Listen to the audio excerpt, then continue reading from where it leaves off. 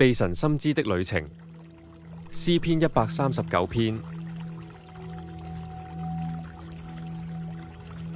詩篇139篇23至24節。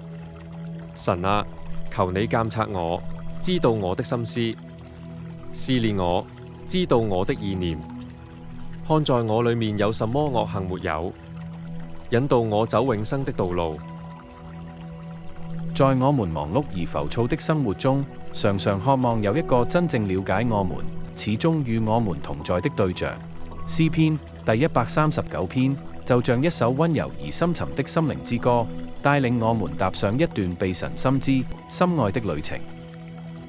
神無所不知，他知道我們的一切。耶和華啊，你已經監察我、認識我。詩人開宗明義地指出，神不只是知道我們的行為，甚至連我們心裏的意念、言語還未出口時，他早已知曉。這種完全的認識，不是讓人恐懼，而是帶來深深的安慰。神從不誤解我們，他比我們更了解自己，也更明白我們的掙扎與渴望。撒母耳記上16章，神對撒母耳說：人是看外貌，耶和華是看內心。神的全知讓我們在他面前無需假裝，可以坦然相待。無論哪裏，他與我同在。我往哪裏去躲避你的靈？我往哪裏逃躲避你的面？詩人以詩意的語言描繪，無論是天上、陰間、海極，甚至在黑暗之中，都不能將我們與神隔絕。這不是逃避的絕望，而是神同在的確據。先知約拿，他試圖逃離神的呼召，卻在海浪與大雨的腹中再次遇見神，因為神的同在是無法逃避，也是無法失去的祝福。神奇妙創造，我們是他手中的傑作。詩人回顧自己在母腹中被創造的過程，驚嘆神的智慧與細膩。他說：我未成形的體質，你的眼早已看見了。這不是一段抽象的神學思考，而是一種驚嘆與謙卑的敬拜。公義與分別，與惡為敵，與神同行。詩人在經歷神的同在之後，不禁呼求神除滅作惡的人，表達出對公義的渴望。這段可能讓人感到突兀，但正顯示出一個被神充滿的人，會對罪惡產生排斥，對聖潔產生嚮往。這也反映出舊約的世界觀，義人與惡人是兩條截然不同的道路。走在神的路上，就代表願意與罪惡劃清界線。求神察驗生命的真誠回應。這首詩最後回到最真誠的祈禱：神啊，求你監察我，知道我的心思，試煉我，知道我的意念。這不只是詩人的懺悔，更是一種對神的信靠。他知道神的審查是出於愛，是為引導他走在永生的道路上。這樣的禱告，正如詩篇51篇中大衛的懺悔，是願意將自己的內心全然交託給神，讓他來潔淨、醫治與引導。結語：走在被神認識的路上。詩篇第139篇不只是一首美麗的詩歌，更是一面靈魂的鏡子。它讓我們看見一位全知、存在、全能且公義的神，也看見一個真誠尋求神的人。他不完美，卻願意讓神來摸着、改變與引導。每個人，無論出生背景、外貌或過去的經歷，都是神奇妙的創造。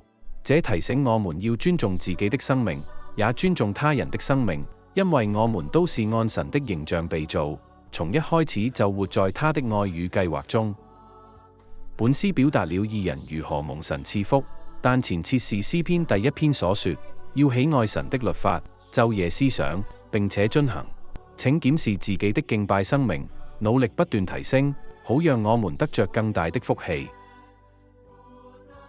主啊，已經認真地察看過我，也完全了解我。我坐下來，站起來，都知道我心裏在想什麼，比我還清楚。我出門走路，回家休息，全都看見。我做的每一件事，都了如指掌。我還沒開口說話，就已經知道我要講什麼了。在我前面，也在我後面，甚至把的手放在我身上保護我。這樣的認識實在太奇妙，超越我的理解，我根本無法明白。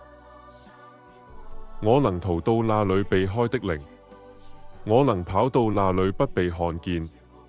就算我升到天上，在那裏；我躲到陰間，也在那裏。如果我乘着晨光的翅膀，飛到海的另一邊，在那裏的手一樣會引導我，的右手會緊緊扶持我。我曾想，黑暗能把我藏起來，讓周圍的光都變成夜晚。可對來說，黑暗並不黑，黑夜也跟白天一樣明亮。對來說，黑與光沒兩樣。是創造了我的內在，在我母親肚子裏就塑造了我。我要感謝，因為我被造得又奇妙又可敬，的作為實在奇妙，我心裏知道得很清楚。我在暗中被造，在母腹深處被巧妙織成，那時也沒有離開我。我的生命還沒成形，就已經看見我。我一生的日子早就寫在的書上，我還沒活一天，都已經知道了。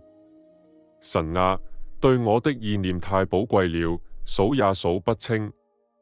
我如果要數算，比海邊的沙還多。我醒來的時候，發現還在我身邊。神啊，求除掉那些作惡的人，讓那些流人血的人遠離我。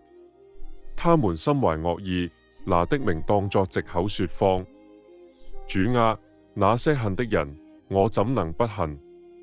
那些攻擊的人，我怎能不反感？我真的從心裏厭惡他們，把他們當作我的敵人。神啊，請仔細察看我，了解我的心思意念，請試驗我，知道我裏面真正的想法，看看我裏面有沒有什麼邪惡的道路，並帶領我走向永恆的正路。